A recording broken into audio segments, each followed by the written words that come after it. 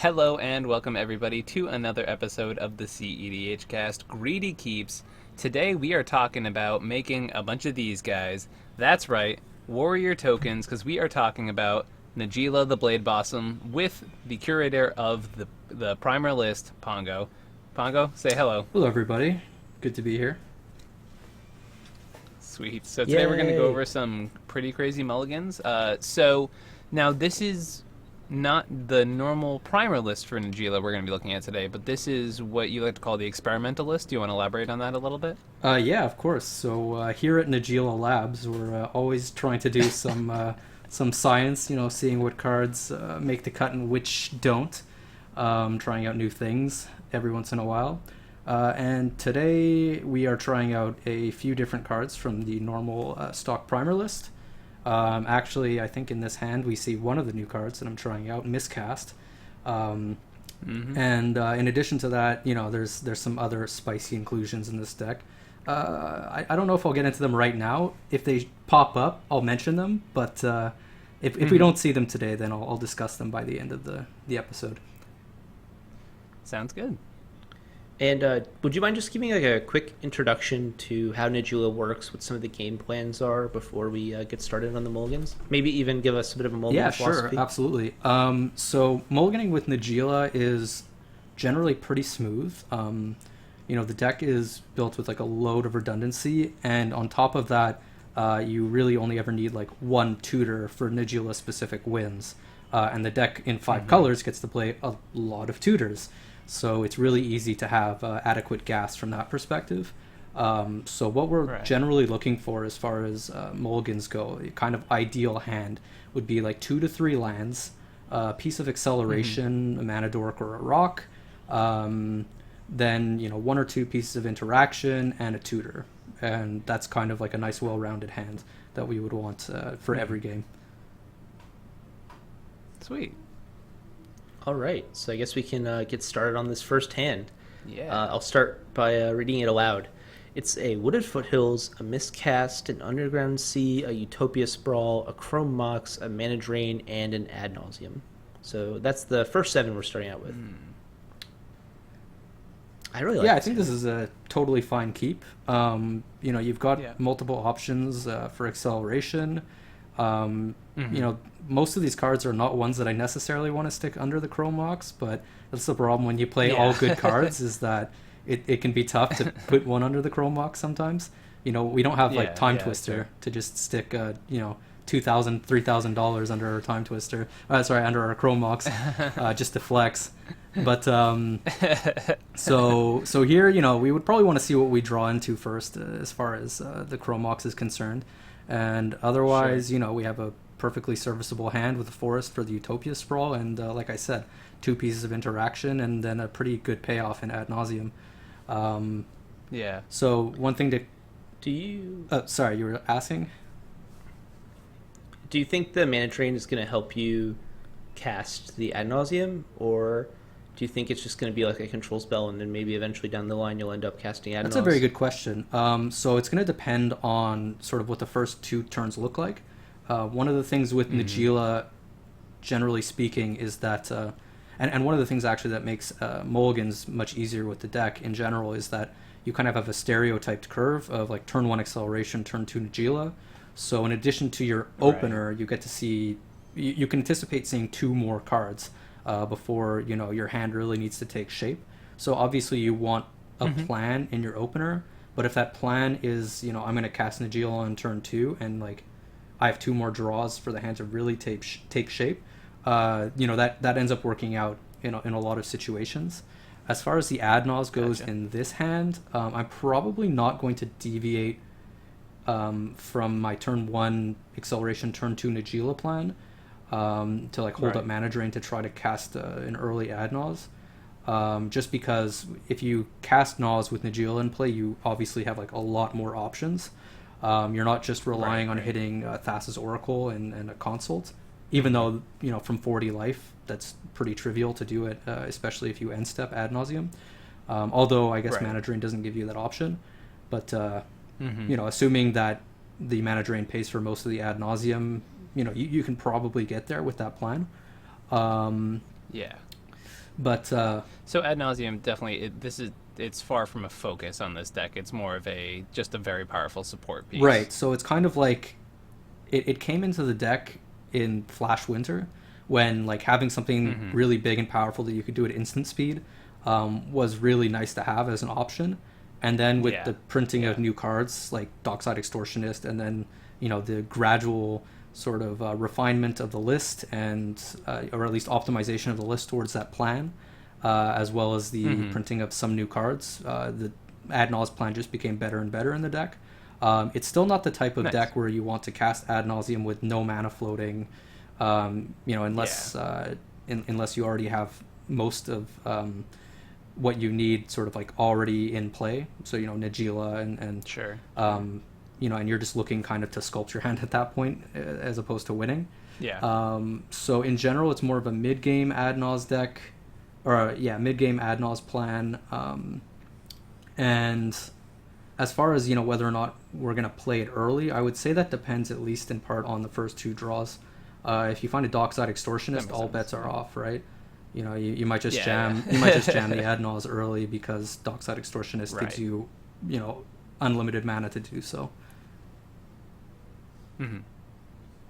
Does the ad nauseum in your hand change how you might fetch on those early turns? Like maybe you'll get a Bayou off the Wooded Foothills and play Utopia Sprawl naming red, or does that affect your, or maybe the Utopia Sprawl names you get a volcanic, sorry, not a volcanic, a taiga, and you name black on the Utopia Sprawl.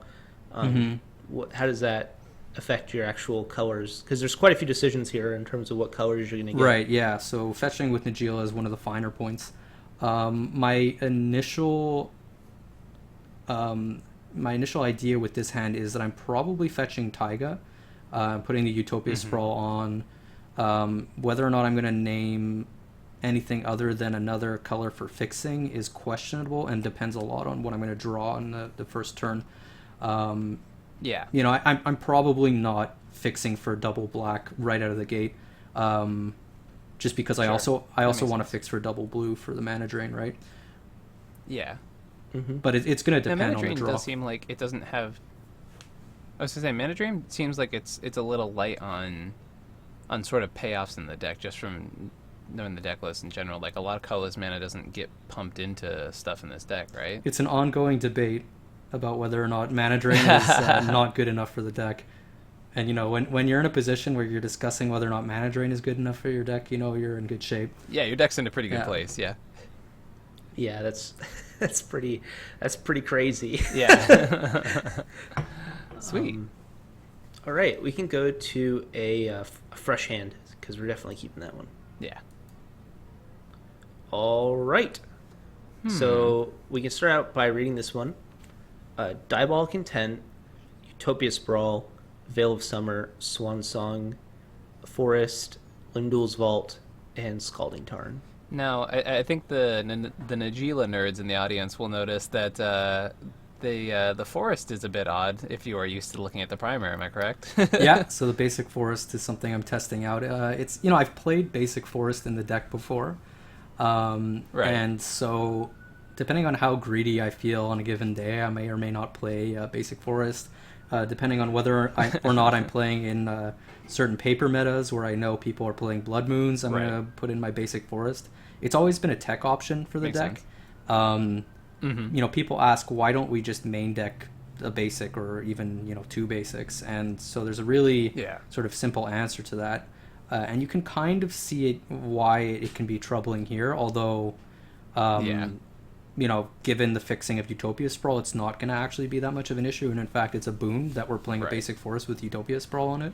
But Yeah. the main sort of argument goes that if you're going for Nature's Will lines really early, having a basic is really rough because Yeah. usually you want to be able to hit 5 colors in 2 to 3 land drops, and a basic Yeah.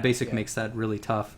For the lowest resource win with Nature's Will, which requires 2 lands, you absolutely need to have a rainbow land and a duel. And a few other things, obviously. And then for the 3 land win, you would need to have all 5 colors in 3 lands, and that can be tough with a basic forest. Mm-hmm. But here it looks good. Thankfully, the Utopia Sprawl. Yeah, Yeah, the Utopia Sprawl cleans that up quite a bit. And so that's actually one of the reasons why I did want to include Basic Forest, is to make Utopia Sprawl more consistent. So it's funny to actually see it That makes sense. showing up exactly like it was written up. Yeah, it's a direct example right here. Yeah, and the cool thing is it actually allows you to do, I mean, not exactly, but I'm sure it kind of boosts your ability to be able to, play into certain types of hate, having a Utopia Sprawl being able to go on a basic. Yeah, right? absolutely. So when I'm looking at this hand here, it just rings to me as incredibly fair, right? Like it just seems like, yeah, you're doing your turn 1 ramp, you have your second land, you're not sure if you're going to get there with another land, you have Diabolic Intent, which requires Najeela to already be online. Limdul's Vault, depending on what you name with Utopia Sprawl, can be a little clunky. What's your sort of instinct when you see this hand? I think this hand is fine. It's not like an incredibly exciting hand. Again, it meets that basic requirement for a hand that we discussed earlier in the philosophy section. You're right that it's like not super explosive, and there's like some awkwardness with a few of the cards. But I think Najeela top decks well enough that you can keep this hand and still be fine. Mm-hmm. Can I ask you a bit of a philosophy question? Yeah, absolutely. So like I found that in a lot of decks where the commander like provides like necessary card advantage, you can mulligan like quite aggressively. Is that not true in Najeela? Because like you're kind of although you did mention you have those 2 extra looks you get from your first turn and your second turn, is it kind of because you don't have that extra card in the command zone from partner, and Najeela doesn't provide like direct card advantage in the early game? Does that mean that like you keeping a starting 7 is like more valuable, and you mulligan down to like 5 or 4 quite less often? Yeah, that's a good question. I think it's actually deck construction that leads the deck to be less likely to mulligan very low. So the deck, plays 30 lands, but also has an average CMC of 1.58. Yeah. So it's, as long as you have a couple of lands in your opener and a piece of acceleration, and the deck plays a lot of pieces of acceleration, you're usually going to be fine to be able to cast multiple spells a turn. And what the deck really wants to do is to kind of have more cards than your opponents are going to have sort of options to interact with you, or for you to be able to like essentially always say, with all my mana available to me, let's say I pass, you're not going to be able to beat all these cards that I have in hand and all the mana that I have when you try to win. So going forward is incredibly risky. People, should pass in those situations, or at least, do something that's not attempting a win. And because of that, what ends up happening is, you are sort of incentivized to keep more cards in your opener. You don't really need a whole lot of resources to win with Najeela. She creates her own resources in that respect. So you don't need incredibly explosive openers. In fact, the deck does worse, in my experience, with incredibly explosive openers, unless said opener also has a tutor for ad nauseum. Gotcha. Most of the time you want to have, just like I said, one piece of acceleration in your opener, so that you can get Najeela online. And then you want to keep hitting land drops, but you also want to have a lot of gas spells, value engines and interaction spells. Makes sense. That's Very really cool. All right, All right. so I guess we're keeping this one. So let's move on. Ooh. Ooh. I mean, This is really good. I like that. Right? We are looking at a Lotus Petal, Mental Misstep, Tundra, Derevi, Imperial Tactician, Bayou, Mana Confluence, and Noble Hierarch. Noble Hierarch is sick in this. Yeah. Yeah. Yeah. So one thing I just want to mention is this is actually the second time we're recording this because we had technical problems. And last time pretty much every opener was gas too. So like it just goes to show when you have a combination of factors, low average CMC of your deck, a lot of acceleration, and you only really need a single tutor to ever find your win con, Yeah. it makes it really consistent at mulliganing, and it makes it really easy to keep a lot of openers and for them to be powerful. Yeah. So Right. that's not to dump on any decks that have to mulligan more aggressively. It's just it's something that's kind of structural with Najeela. Yeah. You're going to just have that edge, like, whereas, some of the more explosive requirement decks will have those times where their hands just become duds. In a deck like this is far less likely to happen. Yeah, Yeah, like in some decks, like you're trying to get card advantage so that you can get to your plan, Yeah. right? Like medium green, like I need tons of cards so I can get to my card advantage so that I can set up more engines and I can kind of snowball. Or like Right. an aggressive ad nauseum deck needs like mana so they can play an early ad nauseum and tutor for the ad nauseum. Yeah. This deck has like the whole plan in the command zone, right? Mhm. right.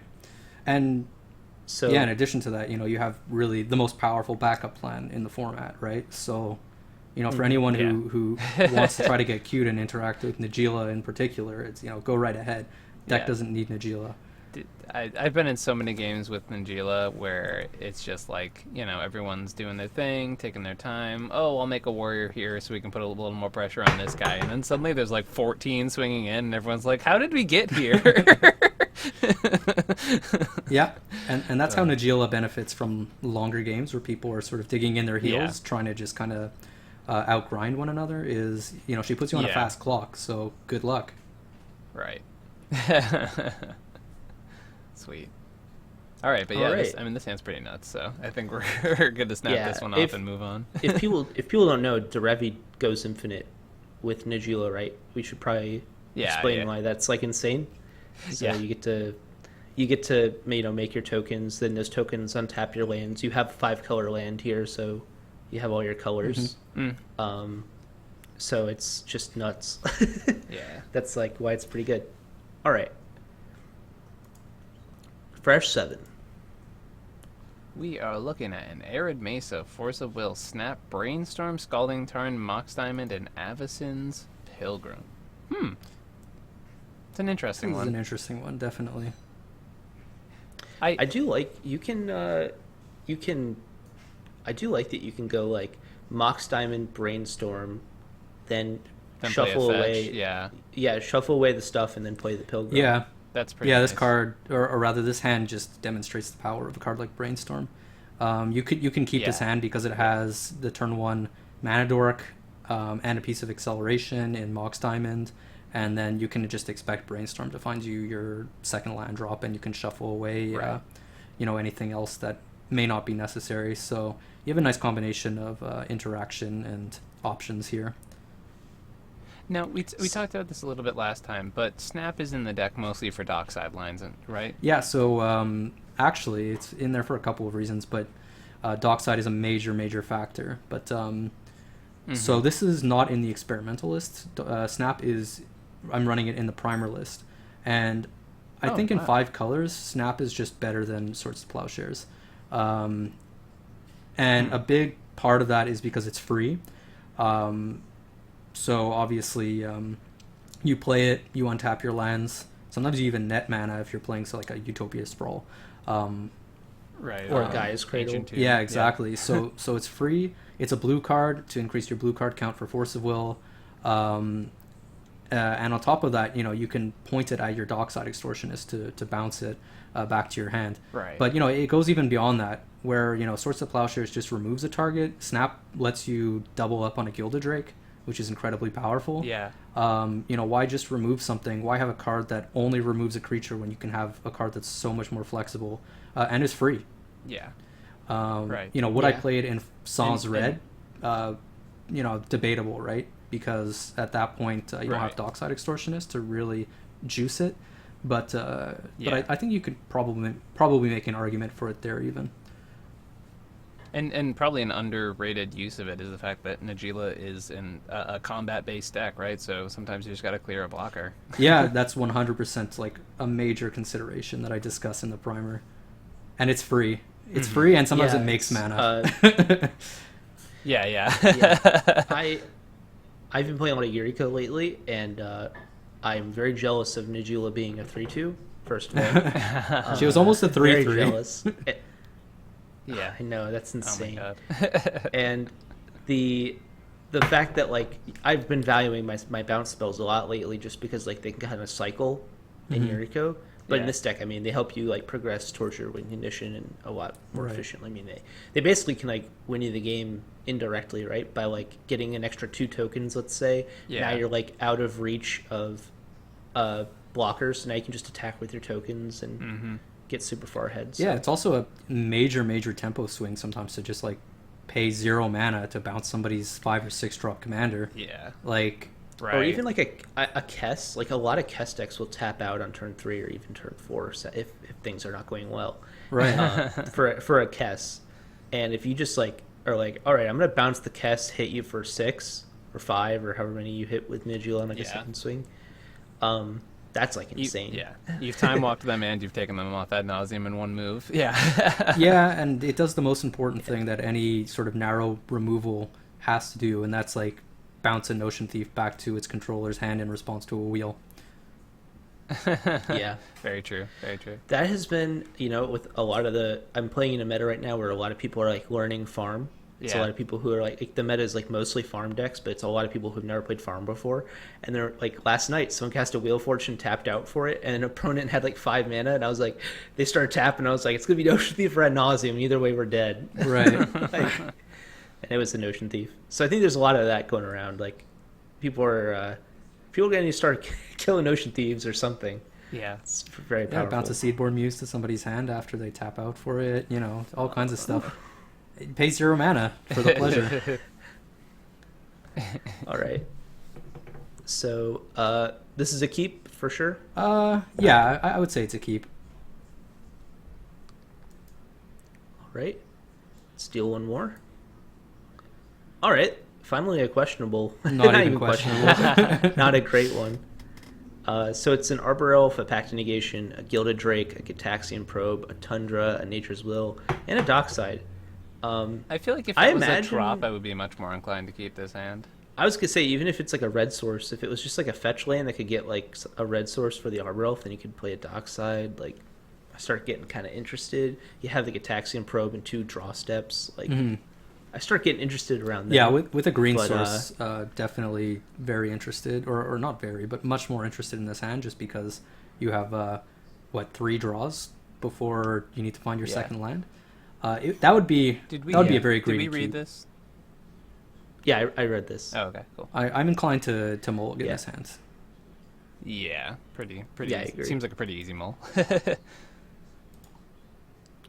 Oh boy. Oh boy. Okay. I love Neoform. We're looking at a Carpet of Flowers, a Bloodstained Mire, a Basic Forest, Demonic Tutor, Neoform, Preordain, and Mana Drain. If you're hopeful, I always love it whenever you go like Carpet Cantrip, like on turn 1. Yeah, it feels pretty good. That always feels so good. And that means you do have the acceleration for a turn 2 Najeela. One thing I don't really enjoy about this hand is the awkwardness of Mana Drain. I think that card is just extremely... It's basically dead given the current hand until we draw something to get out of it. Preordain obviously helps with that a lot. At least, and you can tell me if I'm wrong here, Pongo, but my inclination is like, I feel like you need Carpet to basically be guaranteed for this to be keepable. Yeah, so I'm not keeping this unless I know that Carpet is going to be really good. So, for example, if I'm playing against Yeah. a single mono blue deck, or even a 2-color base blue deck, or 3, 4-color plus decks, and obviously they can't be sans blue. So it turns out that that's my life, and I pretty much always play against blue decks. I think a lot of us can share in that. Yeah, that's seems like a logical conclusion. So I think this is pretty good. I think it's... I would maybe consider mulliganing it on a first 7, but I think it has the potential to get there. So... It does have like 2 tutors in it, right? Like Neoform, if you draw another creature, almost any other creature in your deck is going to tutor for a win condition, right? Mm. Like every 1-drop gets a Thassa's Oracle, every 2-drop gets a Derevi. Yeah. So, I mean, that's like a That's something I see. And then the demonic Yeah. tutor lets you either get the protection or it helps you get the console. So Neoform I is think- one of the experimental includes here. Oh, okay. And like that might be weird to a lot of people who are used to playing Thrasios Tymna, where it's like a slam dunk, or even just Right. Thrasios whatever, because Yeah. those decks tend to be like way more in on Thassa's Oracle. So Right. you know you're pretty much always banking on having a mana dork that turns into Thassa's Oracle, and then you consult for the win. Totally. You know, or you've got Tymna who can Neoform into a powerful 4-drop. Or you know, Mhm. Where Thrasios gets a spell seeker. right, even, exactly. Yeah. I do that pretty often. You know, we have one target in our deck if we sacrifice Najeela, and that's Grob, Occam Adversary, praise Yeah. Lord Grob. And so you never, you pretty much never, and it pains me to say this, but you pretty much never actually want to take that line. Yeah. But, you know, I assume it's more for the dorks, right? To get your 2 drops? yeah, so it's more consistent at grabbing Thassa's Oracle, so I'm including it based Yeah. on that sort of, you know, floor. The deck does play Yeah. a decent number of 2-drops, so it's Right. okay-ish at finding Derevi. You know, in a perfect Yeah. world, you know, in like Commander Legends, we would get a 2-drop that combos with Najeela. You know, I'm crossing my fingers Yeah. for that. I can think of many designs. You know, Wizards, if you want one, I'll send it your way. I would be happy to. You know, I don't even need any compensation. Just print it. Yeah. That would be compensation enough. Yeah. I would even Please pay do you to not. do it. But yeah, so you know, obviously we don't have that at the current time. I anticipate, you know, we'll get it one day, but you know, you don't play cards Yeah. based on the anticipation of getting something one day, or a new card printed one day. What really kind of tips it over the edge for me, and like why I'm willing to try it out, despite the fact that it doesn't really like quote unquote layer well with Najeela, is now we have the option, and this is another card in the experimental deck. We have the option to sacrifice a warrior token to find Allosaurus Shepherd. I was just about to ask that. Yeah. and we always have the option to sacrifice a mana dork even to find Dockside Extortionist, which is Right. incredibly powerful. So I'm willing to try it out, and I think it has Yeah. a lot of potential. You know, I'm Right. hoping it's going to be good enough because I think it's better than what I cut for it. Is the deck running Green Sun Zenith? No. So some people have played Okay. with it in the past, but Yeah. you know, I just think that 4 mana for Derevi is not where I want to be, let alone like 5 mana for Derevi, Yeah. and we don't really necessarily have like great other targets for it. I think it can be. Yeah, I was gonna say with the inclusion of Shepherd, I think it's a little cuter, but like I don't know if that's where you want to be per se. It's more justifiable now with Shepherd, and I think it's even more justifiable if you happen to be teching in Collector Oof, which you can do. Yes. Yes. I love that card. It keeps decks together. Like, Yeah. But there's certain decks I just don't think are playable unless they can like play Collector Roof. Like it's just I don't know. I think it's that good. I love that card. I mean, I maybe I'm too high No, on it, but and maybe I'm too low on other decks. I think it's but obviously a very, very powerful card, but I think that my personal philosophy is that I mostly want to be playing cards that advance my game plan and let me win. Makes sense. And like, you know, to the extent that in this experimental build I'm not playing Aven Mind Sensor, which is going to be like pretty controversial for a lot of people, but I found it kind of clunky, and you know, we don't have access to Tymna, who turns it into a draw engine, which I think is like the Right. major benefit of that card in like 4-color plus decks, really. I agree. So As here, yeah, I also received a lot of flack for cutting that from my my Domic or Thrasios list, but it's I just so think- clunky sometimes. I cut it for medium green. I think someone said like, "How could you cut that from medium green?" And someone else was like, "That's not even the most offensive thing he's cut from the deck." So, how can you say something so controversial yet so brave? yeah, yeah. D-Train loves to keep me in check. Sweet. All right. So are you gonna keep this one? Yeah, and I mean, I'm gonna keep asking the Najeela Discord. You know, when do we finally cut mana drain? When do we, go Yeah, against let's all do common it. sense? Man, I'm about that decision, but I'm also crazy. So Knowing you're not on GSZ, and it sounds like you're not on Finale, makes it seem more reasonable. Yeah. I think Mana Drain's really good if you play either of those cards, though. I mean, it's also really And good I don't think it's if you have offensive. to recast Najeela. It's really good if you play Yeah. Ad Nauseam. Like, there's definitely benefits to it. Oh yeah, Yeah. I think I just think that like replaying Najeela like 4-ish mana, basically paying 1 mana for after like countering a 4-drop or a 3-drop 2 mana. You know what Yeah. I mean. And then like if you're on GSC or Finale, like being able to just be like, all right, managing your thing, go to my turn, pay 2 green, use my floating to get like a Derevi, go to combat, win. I think that's like pretty reasonable.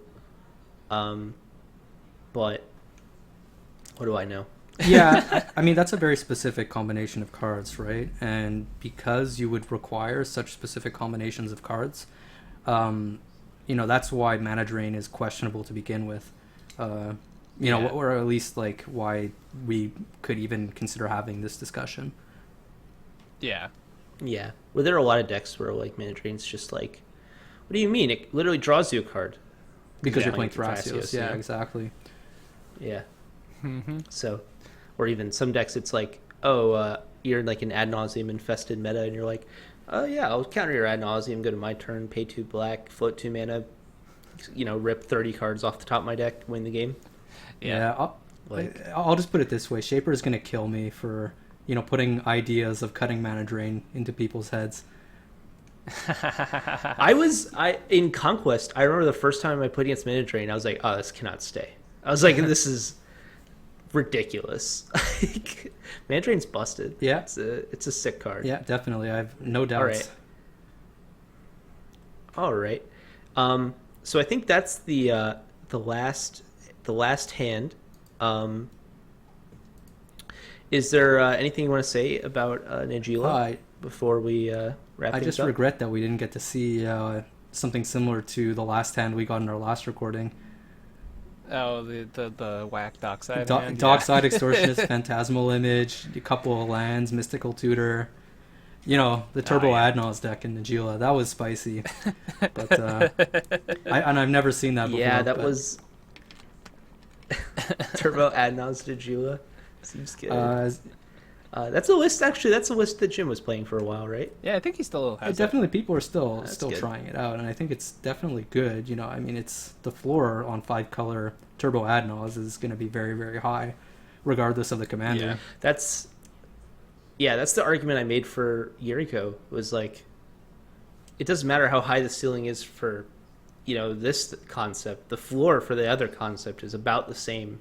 So we should at least explore this to its logical endpoint. Right. So there's a lot of that in cEDH. Like where there's like, how bad can this color combination really be? Yeah. And they're a lot of times they're just underexplored because of the lack of interest. Mm-hmm. Now, we did sort of wrap things up on this note last time, but I'd love to get this back on the recording. Just sort of your idea with Najeela being such like a flexible commander, and as we can see, like as you mentioned, like you just put some of the best cards in our format and kind of like jammed it into the deck. Would you feel as if there's room for experimentation with like different variants on the list? What are your kind of thoughts on that? I would love to address that question. The only thing I want to mention, actually, as far as like thoughts go, and this is sort of more of a recent thing, this idea that Najeela is kind of just a pile of 5-color good stuff.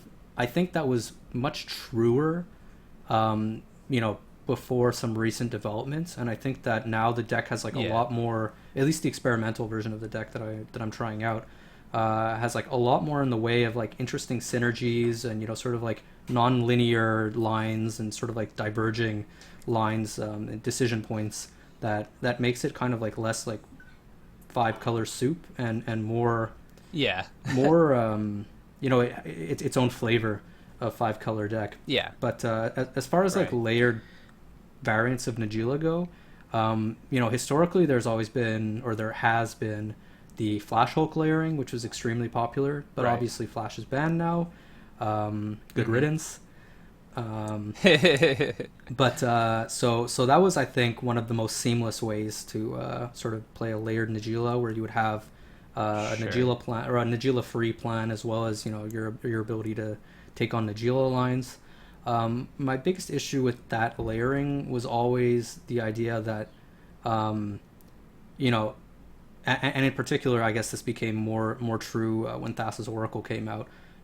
Why would you dilute the deck with Flash and Protean Hulk, and have to tutor for those two cards when you can just tutor for Thassa's Oracle and like Demonic Consultation anyway? Right. And those are cards that you want to run. Um, Mm-hmm. Mm-hmm. so and obviously there's advantages, right? Like winning at instant speed and stuff like that. So it's not as Yeah. clear cut as like what I just for 2 card combo. Yeah. Certainly more obnoxious one though. But as far as like contemporary layered Najeela Yeah, decks that makes go, sense. there's one of our most active users on the Najeela Discord, Haka, shout out. He's a big proponent of like Allurin layering, so using the card Allurin and then obviously that whole package, which it's I think interesting to me, and Huh. and this is Interesting. going to be the meanest thing that I say Okay. today, hopefully. It's interesting from like an academic perspective. I don't know that it's necessarily an optimal way to build the deck. And I like the creative endeavor, and I always encourage people to try out brews in the Najeela Discord. Try everything Yeah. and see what sticks. And Sure. because Najeela is so flexible, why not? And I do think that the deck is powerful Mhm. enough that the Allurin plan and Yeah. Allurin in general can work, but I do think that Yeah. Allurin is kind of Right. like a pretty risky card, and Mhm. it's so outclassed as a 2 card combo again by Thassa's Yeah. Oracle, that it just becomes harder to justify in my mind. Yeah. And then on top of that, there's also the what we Yeah. talked about before, and I sort of struggle with whether or not we should consider this a Sure. layered deck. I think it's probably fair to call it that, at least to keep things simple. The turbo Adnaz Najeela decks. So you can make the argument that this is actually just 5-color Adnaz, and then it like also runs to Yeah. Revi randomly. And I think, like I was saying Right. before, there's a floor on playing 5 colors, such that no matter what 5-color general you pick, the deck Sure, is sure. going to be really powerful. I don't know that it's necessarily better than picking something like Golos, who kind of contributes to the Yeah. Adnaz plan a little bit better. But Sure. we can talk about that with Fire Riff, all day. And Jim Wolfe, there are Yeah. certain arguments. For example, like it's easier to have a diabolic intent target. Right. It's easier to have sack fodder. Yeah, for culling the weak, exactly. So Yeah. so there's some advantages, and I do think that it's Yeah. a really interesting space to explore. Yeah. But Calling the week. for myself, I'm more interested in exploring the space where Infernal Plunge, yeah. Adnaz becomes stronger within the already powerful and consistent at mulliganing shell of Najeela, and kind of like not diluting card quality, to make that specific plan better, Sure. and to be all in Yeah. on that one plan. I prefer to see the deck as having multiple pillars, and I like every card Yeah. to support every pillar as much as possible. Oh, my pleasure.